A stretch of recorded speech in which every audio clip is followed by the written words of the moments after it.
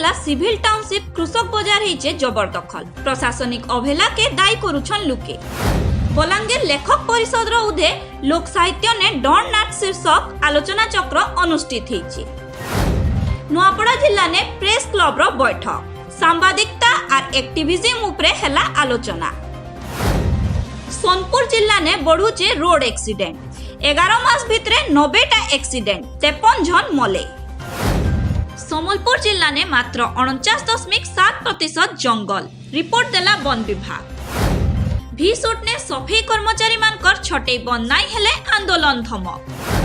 भीमसार ने खुला बाजार नु निया हेबा निरामय उषो और अटका निरामय काउंटर खुलबार के चलीछे योजना। मकर संक्रांति ने समलपुर यूथ आड़ू पतंगी उड़ा परब काइट फेस्टिवल बड़ा उलेदुले पालन हेला। उल हेला ठेमरा मकर मेला। कलाहाणी ने मंडी ने पड़ीछे 2 लाख क्विंटाल धान सीते काकरे जुगी छन चासी। कलमपुर के मदमुक्त पंचायत करबार के गान लुके नेले शपथ। देवगढ़ ने हेला सौभाग्य ज्योति योजना बाट मारना। 2 बरस हेला मीटर बसीचे हेले बिजली कनेक्शन नाइन।